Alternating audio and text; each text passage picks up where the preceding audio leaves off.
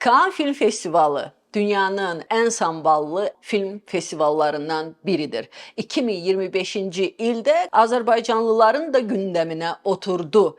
Həm də aidiyyatı üzrə deyil, yox bu festivalda heç bir Azərbaycan rejissoru və heç bir Azərbaycan filmi iştirak etmir. Heç bir filmi ortalığa çıxardıb Cannes Film Festivalına göndərə bilmədiyimiz kimi, ora Azərbaycan adından qatılan iştirakçıların varlığı bir sual işarəsi oyatdı və istər-istəməz bəzi söz-söhbətlərə də səbəb oldu. Söz-söhbətsiz günümüz olurmu? Yox, olmur. Söz-söhbətdə anormal bir şey varmı? Yox, sadəcə olaraq münasibətlərdir. İstər-istəməz bir show biznes ulduzunun və yaxud müğənninin Cannes Film Festivalında nə işi var?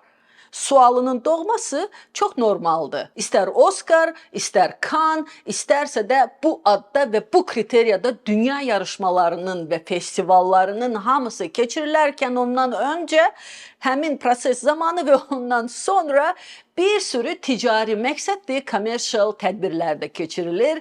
Niyə? Ona görə ki, bir nömrəli çox vacib vitrindirlər və müxtəlif brendlər, müxtəlif hot couture'lar, müxtəlif ulduzlardan və tanınmış simalardan istifadə edərək öz brendləri adına, prestijləri adına bəzi gövdə göstərilərini eləmək istəyirlər. Bu dəfə bunu eləyənlərdən biri Mastercard International şirkətidir. Bunlar bu dəfə qərar verdilər ki, müxtəlif ölkələrdən ora nümayəndələr gətirsinlər. Bu nümayəndələri də o ölkədəki sənətçinin və yaxud hər hansı sənətlə məşğul olanın populyarlıq dərəcəsinə görə seçib ora götürürlər. Yəni Azərbaycanda Mastercard bunu hansı formada keçildi deyə bilməyəcəm. Heç bir məlumatım yoxdur bunun haqqında, şəffaflığından da xəbərim yoxdur. Amma show business ulduzu olaraq və Azərbaycan musiqisinə verdiyi qatqılarından dolayı müğənni Röyanın oraya getməsinə qərar verdilər və burada məncə heç kimsənin səsini çıxarıb deyə biləcəyi heç bir şey yoxdur. Ticari bir proyektdir. Cannes Film Festivalına heç bir dəxli və aidiyyatı yoxdur. Verilən mükafat da insanın, ora dəvət edilən insanın hansı xidmətlərinə görə bunu etdiyini açıq bir şəkildə yazırlar. Məncə bu mövzuda ən çox xətrinə dəyib, üstünə alınması gerəkən sözün həqiqi mənasında səsi, sənədi və musiqi savadı və bir çox cəhətdən Azərbaycan sənətinə və musiqisinə xidmət edən insanların alınması, özündən çıxması və yaxud bir paxıllıq krizisinə girməsi çox normal hadisədir. Amma onlar bu mövzuyla bağlı heç bir şey demirlər.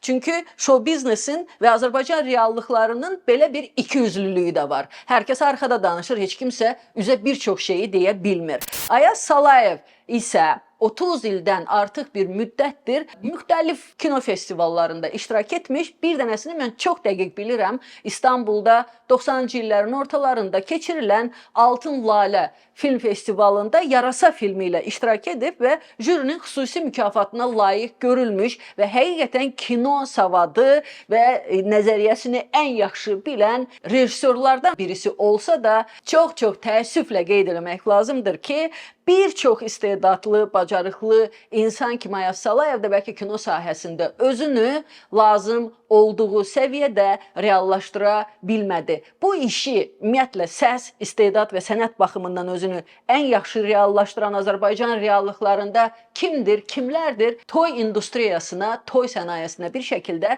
xidmət eləyən insanların nə qədər irəli getdiklərini və ümumiyyətlə qazanc mənbələrinin də nə qədər çox olduqlarını bilməyən yoxdur. Amma bu Azərbaycanın problemidir. Bu müasir Azərbaycan reallıqlarının problemidir. İşin arxasında başqa bir məqam daha var ki, bu söhbət gündəmə, düşüncə, Cannes Film Festivalı və orada iştirak edən bir show biznes ulduzunun ətrafında söhbətlər, o şişirmələr, o pohpohlamalar başlayınca kino rejissor da öz fikrini bildirdi və çox doğru olaraq qeyd elədi ki, bəli, bu mükafatın və bu iştirakın kinoya və film festivalına heç bir dəxli və aidiyyatı yoxdur. Çünki əgər o ulduzun özünə dönüb soruşsanız, hansı kinoya baxmısan deyə, hər halda Rəcəb İvedikdən o tərəfə gedə bilməyəcək. Bunu da bir tərəfə qoysaq, Röyanın Ayaz Salayevə vermiş olduğu bir cavab var və o cavaba baxdığın zaman oradakı insanın bədən dilinə,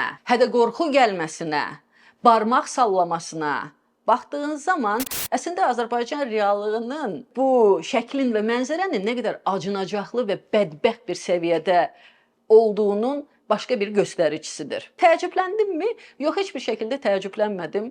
Çünki mən adını çəkdiyim insanların hamısını tanıyıram və 15 il əvvəl ki, bir maşın şou macərasından sonra ulduzların əslində kamera arxasında və pərdə arxasında davranışlarını analiz etdiyimə görə röyadan gələn telefon və ondan yediyim həqarətləri xatırlayıram.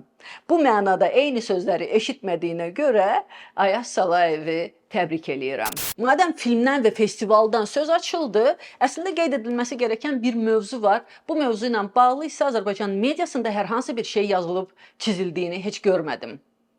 Oscar film festivalında yarışa girən cavan erməni rejissorların sənədli filmləri vardı. Qarabağ haqqında, Artsaq haqqında. Onlar çəkirlər və göstərirlər və yarışırlar və bu mövzuda lobiçiliklərini və diaspora fəaliyyətlərini davam edirlər. Bəs biz nə edirik? İnkişaf etməsi gerəkən tək sahə show biznes olmamalıdır. Gün o gün olsun ki, bu inkişaf edən sahələrdən biri də Azərbaycan kinosu olsun və bu sahədə işləyən insanlar, kino çəkən insanlar izləyiciləri kinoteatra gətirib, biletlərini satıb pul qazanmaqla birlikdə ölkə hüdudlarından kənara çıxıb festivallarda iştirak etsinlər və orada da layiq olduqları ödüllərini qazansınlar.